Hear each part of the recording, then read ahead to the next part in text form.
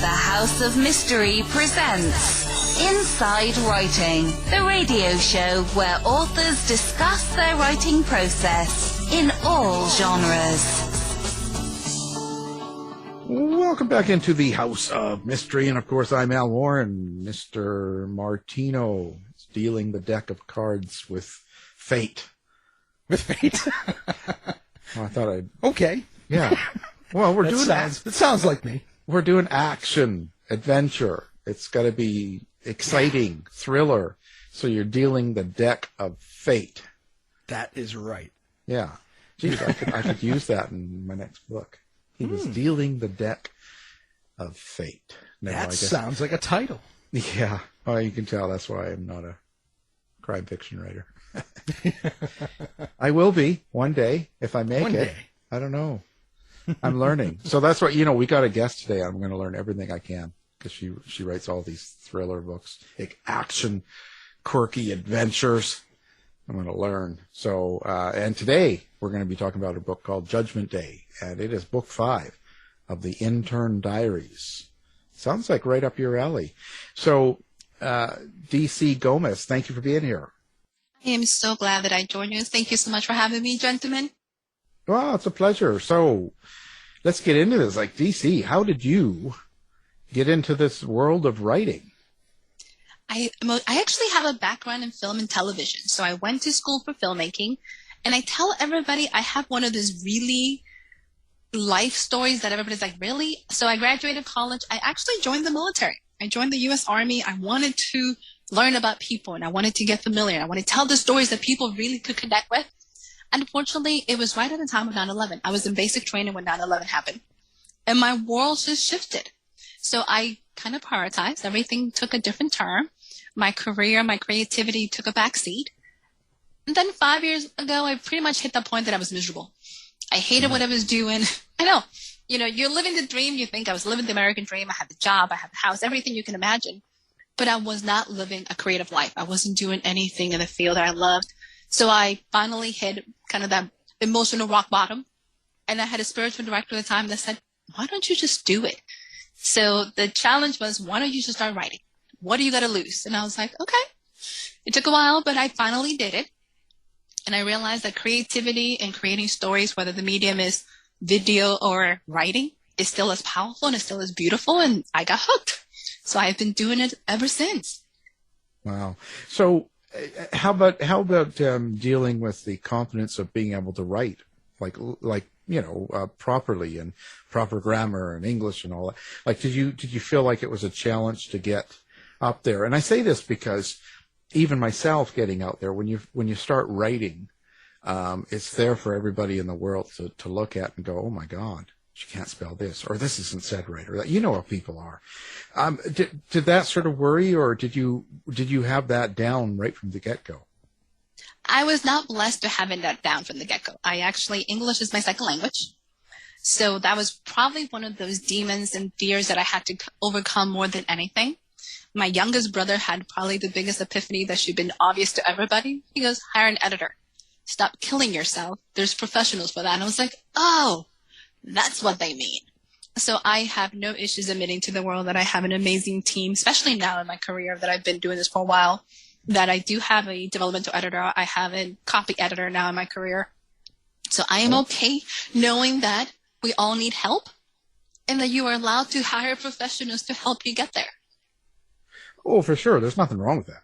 I just sometimes people don't always have the confidence, or they feel, and then you have to find people that you trust, or people that you can put your trust into, and that's not always easy. It takes time, Alan. Absolutely. One of the things we tend to forget as creative individuals, these are our babies, whether we like it or not. And you're entrusting somebody to not butcher you, not butcher the work, and still polish it. I think editors is all about polishing, but it does take some time to get your voice down and to master what is your style, what do you enjoy to write, and how do you bring it to life. Yeah, and that takes a while to get your voice, so to speak, I guess. Now, so this series, the Intern Diaries, let's talk about the basic premise of the series. First of all, what kind of a series is this? This is very urban fantasy. So it takes place in Texarkana, which is a small town in Texas, and is based loosely on the 4 Horsemen of the apocalypse. So I introduce to magic to anybody who likes fantasy, very mundane. My main character knows nothing about it. And as you go through the series, she's introduced to the world of the supernatural. She's introduced to death. She gets hired by death because she accidentally kills this intern. And then you get to meet the other horsemen. And what do the horsemen do? Honestly, when they're waiting for the apocalypse, besides death, the other ones find ways to kill humanity because what else they got going on? So that's kind of what you get. It's a very dark humor approach to what could happen on the other side that we don't know about. So do you have like a real, let's say an interest or a love for the paranormal and the dark side like that? I actually grew up in Salem, Massachusetts. So when we moved from Dominican Republic, we moved to Salem. So I think most of my adult life I have been exposed and pretty much lived in the world of that in terms of being aware and enjoying it and respecting it and understanding that it can be something fun to explore if you let your imagination go wild. Well, that's interesting that you had that experience and stuff. So what do you think that in general people get wrong about the Massachusetts and Salem and witches and the darkness and all that stuff? What do you see as a mistake that a lot of people in public get? I think sometimes people forget that Salem is right now a very small tourist town. So we do have a lot of tourist sites in the area, but it's still very colonial. We have some beautiful cities, we have some beautiful spaces, but Massachusetts is probably the blend between the old and the new, and it does it really well. You got houses that are from the 1600s, full of history, full of everything you can possibly imagine. If you believe in ghosts, you're going to find some there. And then you have skyscrapers. You're going, what is going on in this world? And it's a little bit of everything. Well, you talk about magic in your books. Did you create your own magic system, or did you pull from mythology? How did you create that within your novels? I did a little bit of both. I pulled a little bit from Christianity, since I talk about the horsemen in the context of having a hell, a death, a heaven, as well as a purgatory. So I pulled a little bit from Catholicism. I did a little bit of Egyptian mythology in there. So this series kind of crosses genre. One of the main characters to say happens to be a 5,000-year-old talking cat. So one of the novellas in this series takes you to ancient Egypt, and we meet Anubis and kind of the background behind the two of them. So I get to pull from mythology, religion, and then what we, to some extent, believe the supernatural is. What is your idea of vampires? Unlike many people, I think my vampires are not glowy and sweet. These ones are kind of vicious and evil. So you get a little bit of that. How do you decide what story you want to tell, especially when you've got a 5-book series? So do you have this all planned out before you've written all 5 books? Do you kind of know the whole beginning, middle, end, and you're kind of filling it in with per book as you go? Or is this totally ad lib or ad hoc, as you say, right away? I would love to be one of the pantsers that things just come to them. I'm definitely a plotter. So when I first started, the first book was a little bit outlined as a standalone. Then the other 4 kind of became much more arc and structure before I even started. So I knew Judgment Day was going to be a very apocalyptic kind of world. I knew there was going to be some challenges in this world, and I wanted my main character to be tested. So as you see the series progress, is literally building up to that book. Is building up to crazy actions, everything you can possibly imagine. All your good guys, all your bad guys, everybody coming together for that final battle. And it's usually between good and evil, and kind of who's going to win and what are you willing to risk for the people you love. So when you're doing that, your main character through the whole thing, how do you develop that character? How do you decide what elements you're going to give them? In this series specifically, it's all first person. Isis Black is the main character, and her main goal underneath everything is literally finding a family. And I wanted her to find her own, her own tribe, her own place in life. So the development was really much her finding that place that she belonged instead of just wandering around, and then being able to decide, what am I going to do for these people? What am I willing to sacrifice? So her growth comes into the fact of being a loner to being willing to die for people she cared for. Well, you said you have a movie and a TV background, and in creating your characters, is that very kind of like a visual thing for you, or can you hear your characters? How does that work? I actually can see my characters in my book. I don't know if that makes sense to everybody, but a lot of my readers says I can visualize this. So the book is structured in terms of scenes. So every chapter has one location, one setting per se, and you kind of move through this almost like a movie. So when I created the books, it has that feel of an action movie that you get to see from that perspective. And every chapter cuts you to a different scenario. So you're moving the book at a fairly rapid pace. I think that's kind of the joke with my editors and my readers is like, I feel like I'm running with you. I was like, well, keep up. Let's go. We got things to do. Come on. So how do you describe your relationship with your characters then? Like, and I say that, we get a lot of fiction writers that will say things like, it's like my kids, it's like my family, it's like my whatever. They have a description. How do you describe your relationship with your characters? Usually when I'm starting a series is very much we're going on a date and I get to meet these people. Their development is very interesting because I know very little at the beginning from them. And there's a time that I think my readers and myself are learning from them as I write it.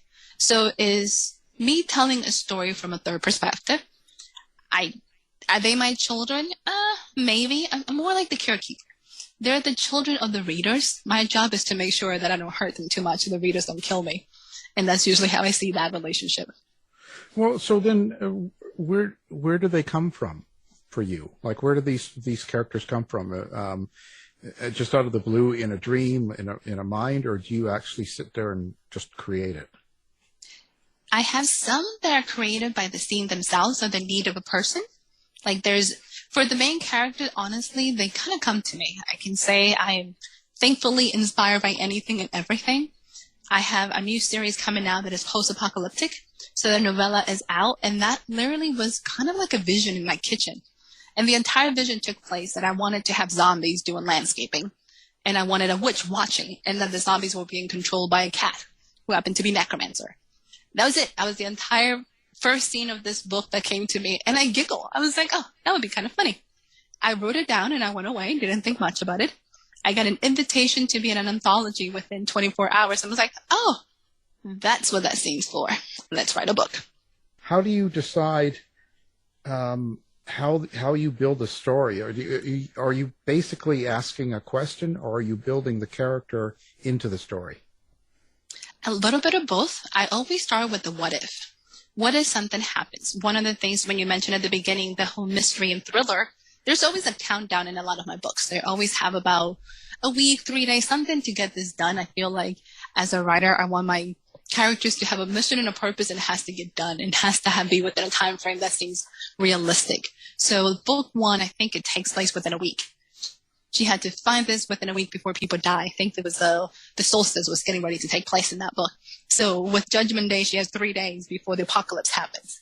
So everything gets built within that tension of you have 3 days to save the world, and how much can you pack into these 3 days before everything goes to hell. What do you hope people get out of this book and out of the series itself? Like, did you have an intention there? Even if it was organic, did something come out of it that, is there some sort of point to this besides the entertainment of the story?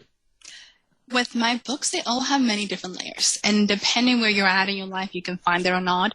With book one, I was very focused, quietly, if you want to say it that way, to discuss a little bit of perceptions of homelessness, especially in the United States. You know, I'm very grateful that I live in a city that is extremely giving. But at the same time, a lot of the population of the homeless are kept far away. You know, we want to help them, yet we don't want them to be in our space. And that's something that I have noticed living in different cities in the United States. So I wanted to make a little bit of commentary. You know, the book one is all about these people that we take for granted disappearing. So with this series, it's a little bit of a commentary on how do we see society? Do we see everything that's in front of us, or do we only see the things that are convenient for us? If you want to see it, it's there. It is not preachy, it is not in your face, but it's still a small commentary that you can find if you're looking for that meaning behind it. And also the search for family. Family and understanding and acceptance comes in many different ways in the series. So does each book stand alone, or do you need to read them in an order and part of it? Books 1 through 3, you can pick them up at any point and kind of have a blast with them. Once you hit the third and fourth, you kind of should get a little bit more of the background, or nothing else would make sense, just because there's so many characters that at that point in time come into play. Wow. How do you keep it all straight in your mind? I have lots of notes on paper. So What if you lose your paper? Oh my God. I have index cards. I should actually own stocks and index cards. They're all over my house because it's to the point that there's so many characters. Like we got 13 in one side, and every time you add more to them, you're like, okay, so what did that guy's hair sounded like? Is that their name? Okay, did I get that right? So I'm usually going back and forth between my notes and making sure that that person that I'm imagining is the same person that I name, or if I have to change it, go back and change it. So what did you get out of writing this series? An absolute pleasure, just in smiles, out of creating a universe that is so much fun. And I think that's the part when it comes to writing.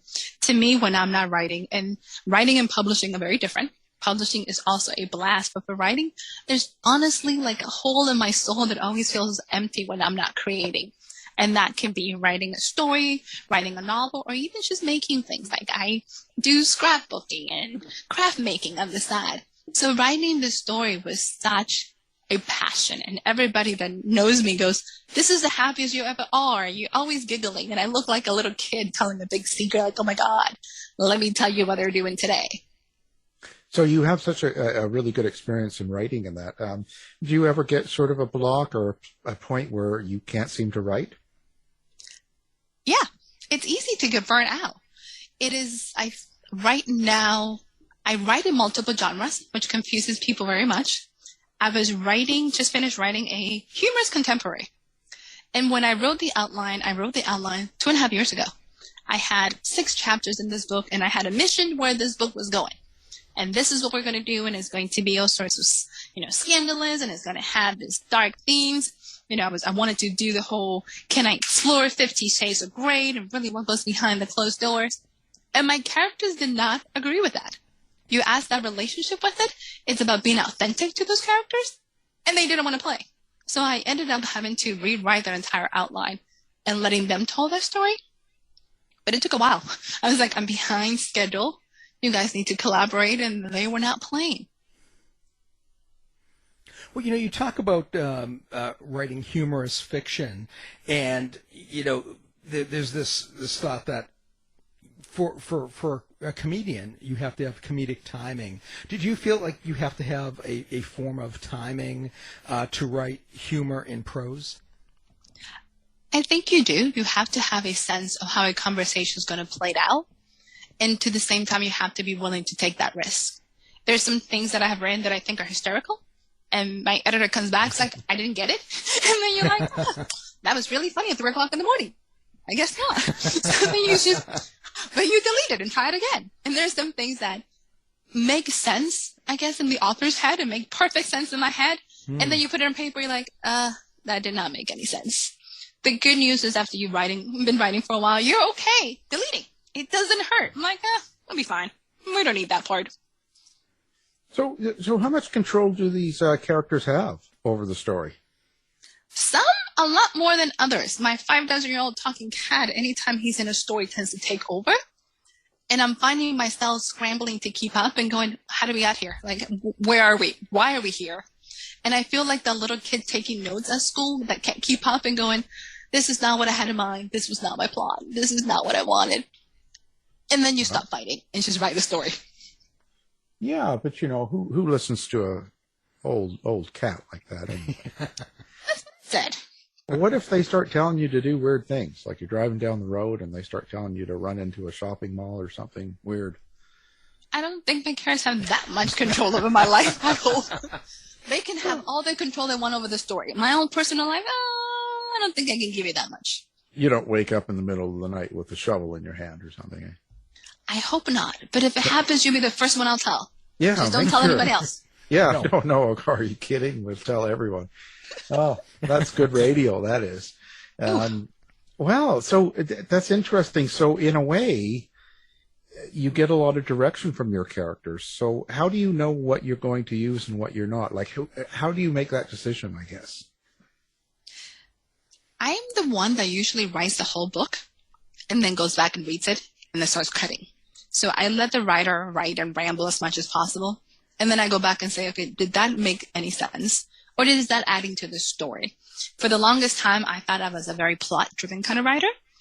My audio narrator busted my bubble and said, no, this is all character development and you are a character writer and your characters drive the story. So usually when I go back and read it and do my first couple of proofing myself before the editor, that's usually when I kind of realize this actually added, or this entire chapter does not make any sense and it needs to go. Yeah. How much of that, of your personal life with, when you were in with the, armed services and stuff, how much of that actually has influenced this story, you think? A lot. I was surprised to see how much of it, in terms of the values and what is important, and how much that need for family and fitting in and understanding people play into my stories. I didn't think it was going to be that big of a deal. There's a piece of many people that I know in each character. Sometimes my characters start out with somebody that I know, and then by the end of the book, they become their own person to save. And they actually become their own interesting kind of characteristics that I never saw coming. Yeah. Oh, so in essence, people you know and you've changed them. Morph them, make them a little bit more fascinating. I have a few friends that said, I want to be in your... Yeah, I've been told I want to be in your books as long as I'm tall and handsome. It's like, is that a requirement? They're like, yes. I was like, okay then. You be tall and handsome. Yes. Well, that's all that matters. It's how you look. Absolutely. Yeah, but at the end of the day here, like somebody has to die in the book. So which characters did you decide that are not going to make it, or they have a bad ending? A lot of my characters my bad guys tend to die or disappear in a very interesting way. I don't write very gory or graphic deaths per se. There's a lot of actions, there's a lot of explosions. One of my readers kind of pointed out the fact that I name all of the vehicles in the series. And every series, a vehicle is going to blow up, and they're like, you might not kill your characters, but every single car tends to die. Really horrible death. I was like, oh, I guess so. So depending on the plot and how I can make it make sense. I'm not a believer of just killing for the sake of it, just to drive, that essence of, the shock value. I want it to make sense, and there has to be a reason for it that would drive the story. Where do you see yourself going next? Because isn't this the final book in the series? It is. So the Intern Diaries has wrapped up. So this is a very standalone series. You have 5 novels. There's 3 novellas that you don't have to read if you don't want to, but they're still there. What I found myself doing, which was very fascinating, you asked me about my magical universe, it became its own universe. So as I was getting ready to decide what do I want to play, nothing made sense because I had to create a whole rules of the universe and magic. So instead, all of my other little projects I've been doing a lot of anthologies, all play within the Reaper's universe. So they all have that same background of magic. And my crazy cat happens to be that element that ties them all together. Did you have a real cat? I only have one, but with the amount of cat stories I write, you would think I have, an entire collection of them. Just one. Yeah. Yeah, I thought you'd be Cat Lady. I have a book called The Cat Lady if it makes you feel better. Well, I thought maybe, so where do you draw your cat's personality in the book? Like, how do you create their own character when it's a cat? Like, what do you use for kind of guidance, I guess? I am very blessed and inspired, maybe cursed, that my cat is full of personality. I am the only person that my cat judges me on a daily basis and gives me that evil look like you're failed. So all the time. So my cat personality, at least for Constantine, is a nice merge between my mother and my cat and all that attitude that comes. And the only people that truly boss me around are my cat and my mother. So if I wanted to have characters that have that kind of influence and strength on their own, I tend to find people in my life that are full of that. They're full of those characteristics that, it's just one look will make you stop and going, ooh, this is not going to be good. Now, I got to ask this. How do you get any work done with a cat in the house? I'm looking for tips. You would never get carpal tunnel with a cat in the house. That's true. Ever.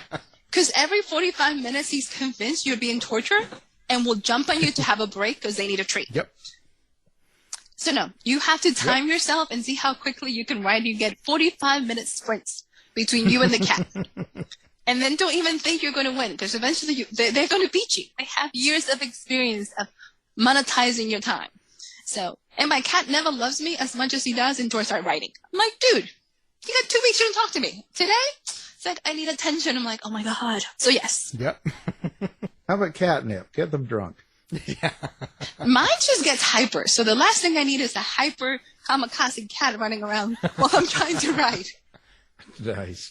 So where do you get your inspiration from, as in for writing? And it can be not just writers. It can be music. It can be movies. It can be people, whatever. Where does inspiration come for DC? A lot of it comes from music videos. I get a lot of that energy when I'm working out and listening to music or watching music videos. The fun part about it, there's a quote by Picasso that says, "Inspiration will find you working." I am the most inspired when I'm working on a novel.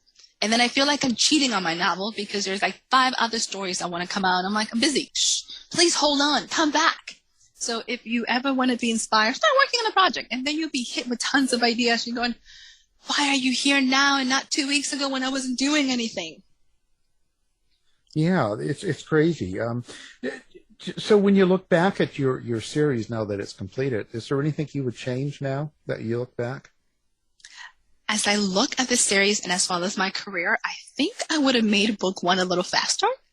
And everybody's like, really? It's like, yeah, I think we would have started a lot quicker in the beginning of it, just because I found myself a lot more comfortable with my speed the more I wrote. So other than that, I like how each character develops. I like the madness of the Horsemen. And I really just hope people enjoy it. I want them to have a really fun experience, just getting away from their everyday life to join the madness of this world. So at the end of the day, you're pretty happy with how much you've developed over the 5-book series? I am. One of my readers actually told me, she goes, I don't mean to be insulting, but you're getting better. I was like, oh my God, I would be horrified if I wasn't. I think as a writer, the worst thing people can tell you is like, you peak at book 2. I'm like, oh, that's awful. I think that would crush my soul. Yeah, well, it'd be the worst thing to say, well, it's okay, but not as good as book 1. Wouldn't that be horrible if somebody said that? It's like, oh my but God. people say that about singers and musicians all the time, right? They'll say, well, yeah, it's an okay album, but I like the first album better, or the second album. They'll say that all the time, right? Terrible. It is. And it makes you very self-conscious. You're like, really? Am I not getting better? Yeah. Well, and so how do you deal with this? Like, in the sense of, so here we are in today's world, and we have this increased communication, and accessibility to you is so much easier than it used to be. I mean, people can write reviews, find you on social media. They can, websites, all this stuff. You got an instant exposure almost. So of course, and not everyone's going to be nice. A lot of people are, but there's all sorts of stuff going on out there. So how do you yourself deal with social media and the internet? In small chunks. I am very much aware how much my mental sanity means to me and how much you can lose by trying to keep up with everything. I tried to get comfortable in one thing before I moved on. When it comes to readers, I've had some people that have reached out to me, and I think they're more surprised that I reply than anything else. They're always shocked. They're like, what? And then they want to apologize for what they say. And I'm always extremely grateful, because I do think if you truly mean it from a good heart and good intentions, I'm always willing to accept it, and I'm willing to communicate. I found out that once you do, they get very paranoid, like, oh my God, you reply. I was like, you did email me. You did contact me. Of course, I'm going to try to reply as much as I can. I'm also very cautious of reviews, because I think good or bad, sometimes as a writer, it's very hard to meet out people's expectations. Every story drives itself. Every character has their own goal at the end of it. And sometimes trying to make everybody happy becomes very, very hard. So I'm very cautious how much I take in, because like everybody else, I'm extremely emotional. This is why I write for a living.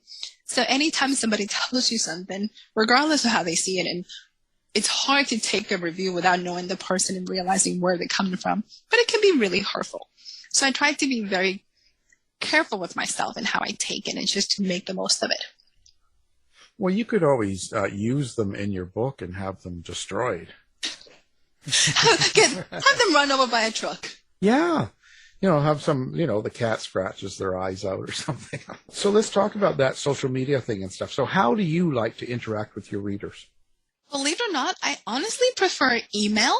Do you have a website then, or? I do. Everybody, you can find my email on my website, which is dcgomez-author.com. So I have a newsletter. People can sign up for the free book, so you can sign up for the newsletter and get information from me. But I always find that to be a much more one-on-one connection. It also forces me to make complete sentences. Sometimes I think social media and how many characters and everything people have, everything we say is so short that the meaning can get lost. So I really enjoy email. I really enjoy people sending me notes, and I'm like, oh my God, that is awesome. Yeah, okay. So now, of course, we'll have that up on our website too, so people can find you, with one click. How was the last couple of years? Like, you were probably writing this book over a pandemic or in that time. How was that for you? Did it sort of affect your writing emotionally, or did it not? Well, I have a little joke, so hopefully you're prepared. This book actually came out right at the same time we went into lockdown for COVID. So if you ever want to promote a book called Judgment Day, when the world shuts down for a pandemic, don't. Let me tell you, it is not good. Yeah, it is not good for the soul, because every time I wrote it, I was like, Judgment Day is coming. And then you have to put in parentheses, the book. Yeah. And then it became one of those very difficult scenarios, because everybody's like, why don't you change the title? I'm like, I can't. It doesn't, nothing else makes sense. So promoting a book right when COVID hit became excruciating, exhausting. So you were asking if I ever had, that downtime. I was probably burnt out trying to get Judgment Day out, trying to get through the pandemic. I actually ended up writing 3 devotionals in that time. So I wasn't writing any major pieces. I worked on Cat Lady. I was doing other projects. But my fantasy for that part took kind of a break.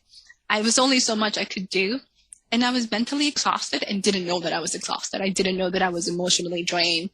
And trying to explain this book to people, and everybody's panicking, and you have the chaos of it. And this book is called Judgment Day.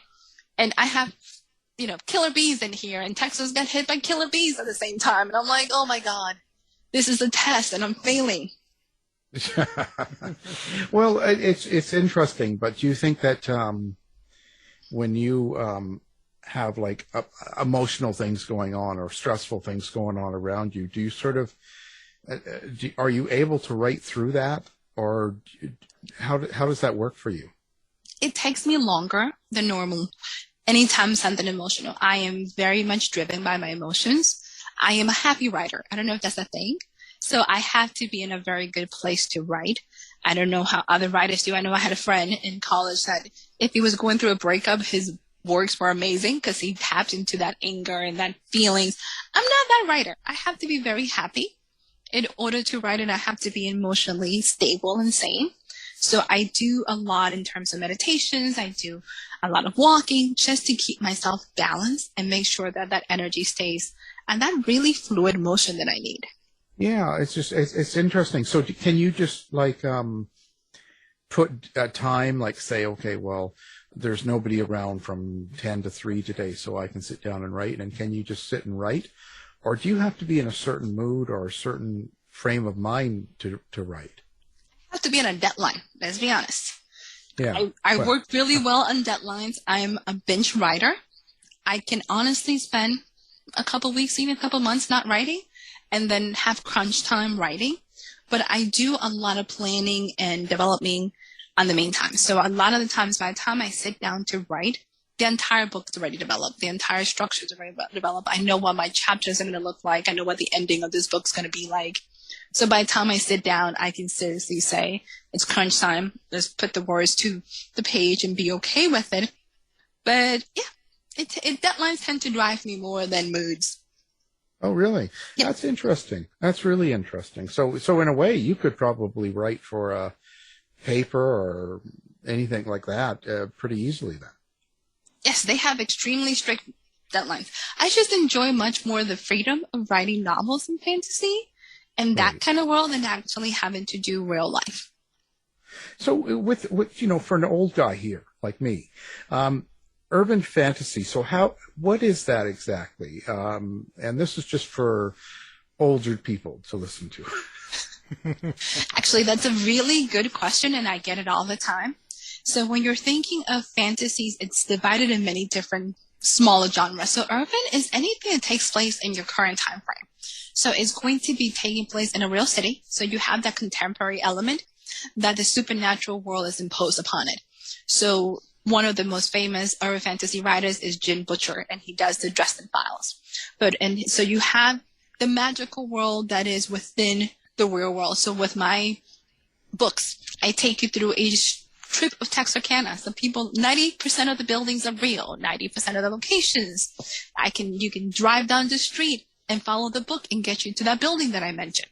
So when you're thinking of urban, it is a real place that we're taking you with that has those elements in it. Even Harry Potter, to some extent, has that kind of urban feel because it takes you to London and it has those real elements within it as well.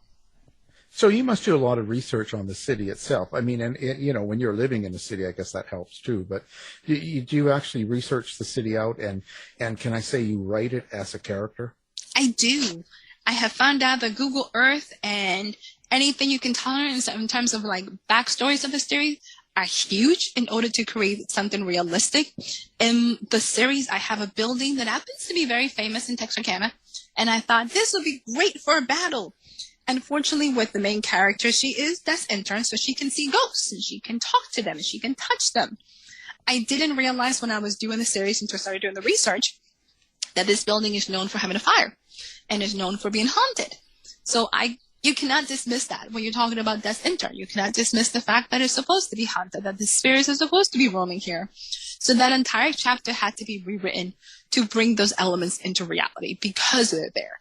So there's some things you cannot just bypass and be like, that's not there, don't worry about it.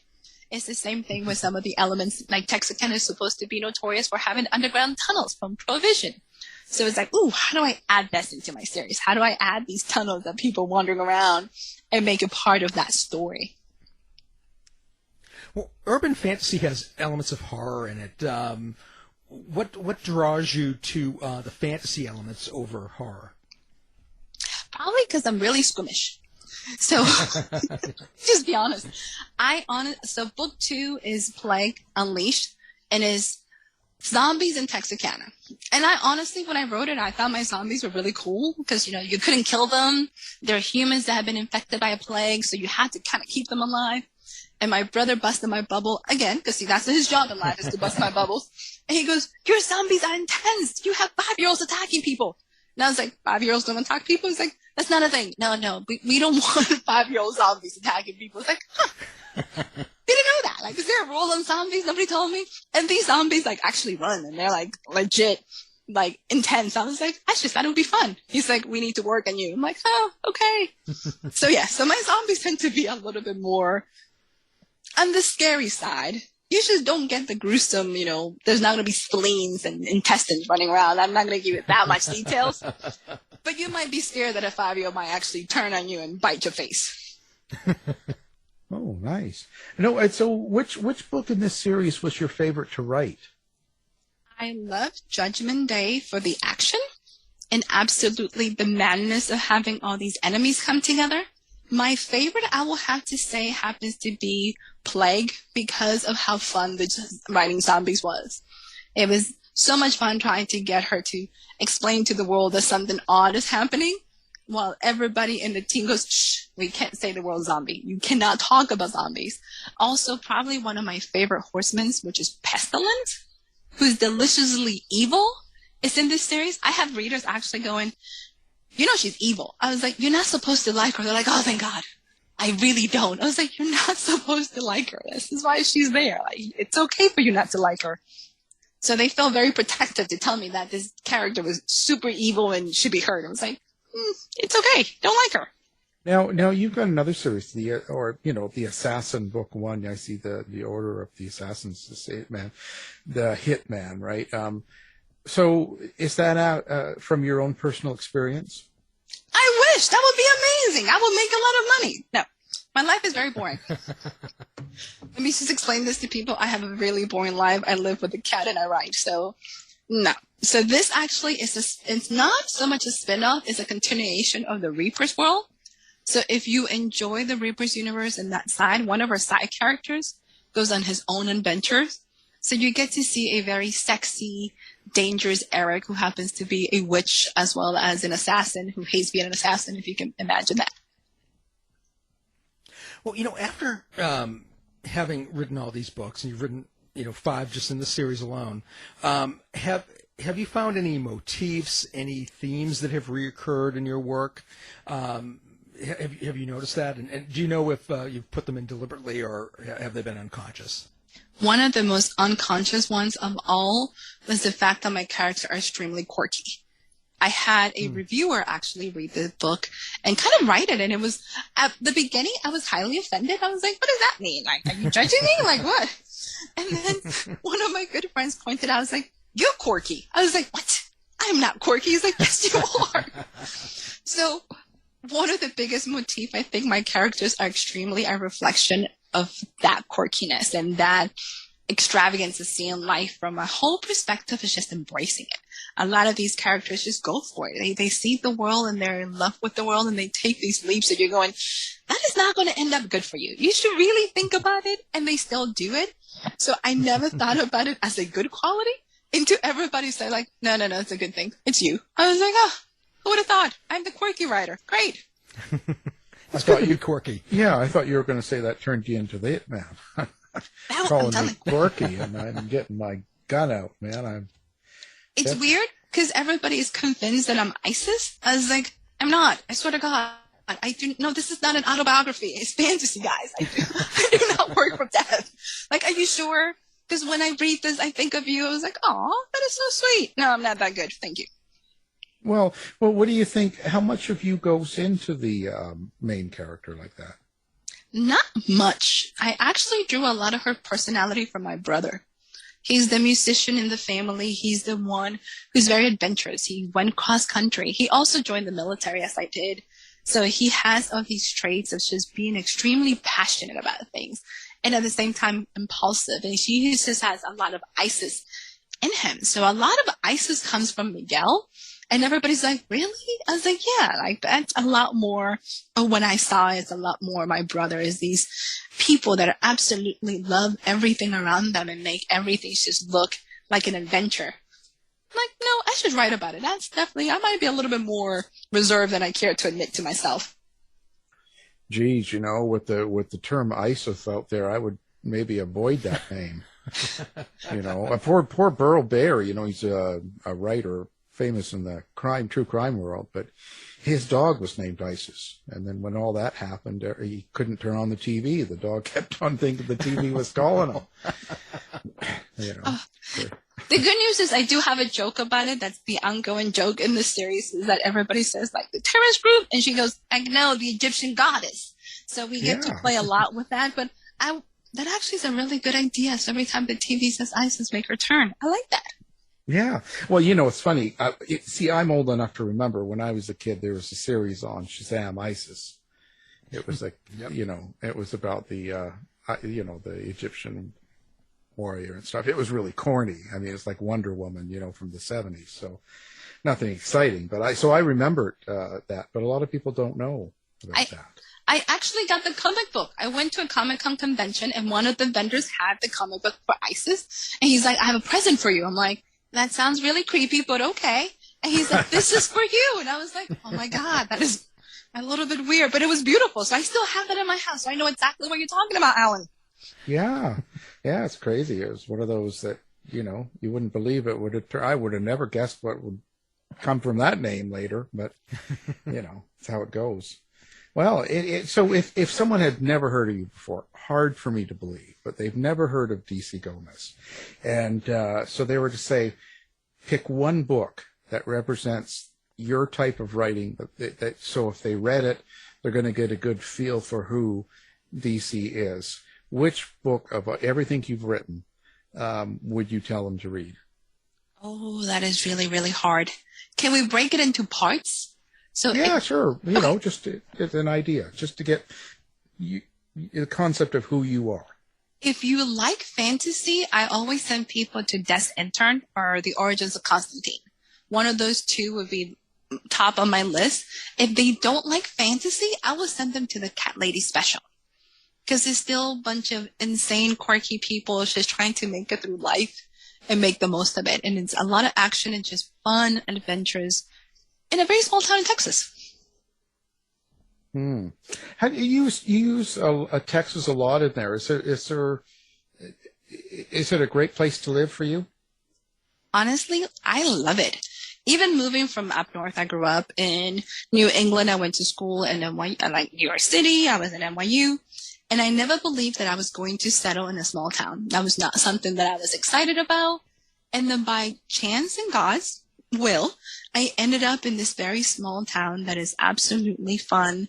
The community is very loving because when I wrote Intern, I'm in the Bible Belt for anybody who's not familiar. And I'm like, I'm going to get burned at the stake and run a town. This is going to happen. I'm going to get kicked out of town. Instead, the community embraced it and they were loving it. And there have been single-handedly my biggest cheerleaders on this series that is wild. But I found out that I love writing small town. It is a lot of fun to take in the conventional because what goes on in small towns? Like that's the joke in Texarkana. Nothing happens here. So when you can take a place that everybody knows that it's fairly boring for the most part, it's just a great place to raise a family, and then you add a whole bunch of adventures into it, makes life really, really exciting. Did you wear a cowboy hat? I do not. I should. I just feel bad because I don't have any cows. I feel bad having a cowboy hat without a cow. Well, it's just part of the fashion. It's not necessarily something you need to do. It's just, don't they, isn't there a lot of cowboy hats there? Or everywhere. They look amazing in guys. They're also very hot and heavy. I was like, we'll pass on the cowboy hat. Yeah, I guess that's true. They would be, wouldn't they? That would be I'd wear a 10-gallon hat. You are brave. Well, I'm short, so okay. Yeah, give me some height. You got to get some height there. So, hey, what urban fantasy writer do you like, or is there anybody you would like to work with? How's that? Can I say I would love to work and meet Kim Harrison? She does the Hollow series, so she does the Rachel Morgan series, which I absolutely adore. And Charlene Harrison, she did the Suki journal. So I am completely in love with both of those ladies. And if for whatever reason Jim Butcher happens to be lonely, give me a call because I'll be there. Well, you can only hope something like that, Absolutely. You never know. Have you ever written with another person on a book? Ever done kind of that sort of thing, co-authored? I am not. I have a lot of friends who do. And I'm always amazed of how they created in the process. My question to all of them is like, who's actually typing? I'm like, are you typing? Is she typing? Who's typing? Like, I want to know like the technicalities of it. Like, how does that work? So, but I have not had the pleasure. No, I've known people and I've done it with others, and sometimes I think the hardest part would be probably if you were sharing characters. But if you each wrote characters and parts of the stories and integrated, it's easier than just kind of working on the same one back and forth. But I know others that have done that too. So I would love to. I just don't know if my ADD can handle it. I was like, oh, that's pretty fun. I don't know if I'm there yet. Yeah. You don't want to be getting in any fights or anything like that, right? Yeah. That would be bad. Well, so are you going to any shows now that things are kind of lightening up? I am extremely happy convention season is back. For a girl that, for the most part, is very introvert, I didn't realize how much I was going to love them. But just having an opportunity to meet people, talk books to readers, I think that's probably the best thing ever. I have a convention in July in Savannah that this is going to be my third year. So it's Literacy Love Savannah. It is a week-long convention specifically for readers. And it's all you can think about. There's over 30 authors come in, and we get to talk to them. We get to play games. We get all sorts of fun. And then I have a convention in Houston in August. Yeah, I'm pretty excited. It's going to be fun. Yeah. Do you dress up like characters or? I don't. I tell everybody nobody recognizes me as an author now. I can't actually add anything to this. It'd be confusing. Well, you should dress up like one of your characters, maybe the cat.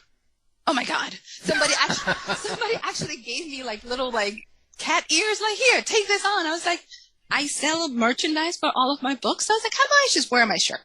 I just wear the shirt and point at it. I think it'll be okay. Yeah. Well, you went to a Comic-Con, didn't you? Isn't that what you said? Or I did. Well, the people dress up there a lot. I cannot compare to them. They're amazing. These costumes are incredible, and they spend months creating them. I don't think I would do it justice. You could dress up like Superwoman or something like that, right? Oh God, that means I have to work out. Well, you could be there. We've got it. I've got it figured out. You are going to be the next Catwoman. That's a lot of working out. You know how much Well, have to be at the gym a lot. No, just be like Steven Seagal. They just show your face and then show your hands, and that's it, right? Ooh, I like that. Yes, let's do this. I can do Queen that. Latifah, right? She beats people up. She walks in the room, and then it shows them all on the floor. You don't need to have all that other stuff. We can just cut that, okay? You are my hero, Ellen. Let's make this happen. I'm buying this. I'm telling you, I've got it. This is Yes. it. We've made it. Now we know what this is meant to be. So Absolutely. Well, we've come to the end of the hour. So now the book we're talking about, of course, is Judgment Day and is book 5 of the Intern Diaries. You should really get all 5 books. It sounds kind of like real exciting. Get into this, and, let's do it. So the author is our guest, DC Gomez. Thank you for coming on the show. Gentlemen, thank you so much for having me. It has been an absolute pleasure and an honor, and I'm so thrilled to be here with you guys. Thank you. Thanks, DC. Tired of wasting time trying to decide what to watch on your streaming service? Go to our website and look for the Martino movie reviews. You've been listening to the House of Mystery radio show. To find out more about our guests, hosts, or shows, go to www.houseofmystery.com. Show's over for now. Was it as good for you as it was for me? Well, good night. This has been a production of Something Weird Media. I'll be back. You've been listening to the House of Mystery radio show. To find out more about our guests, hosts, or shows, go to www.houseofmystery.com. Show's over for now. Was it as good for you as it was for me? Well, good night. This has been a production of Something Weird Media. I'll be back.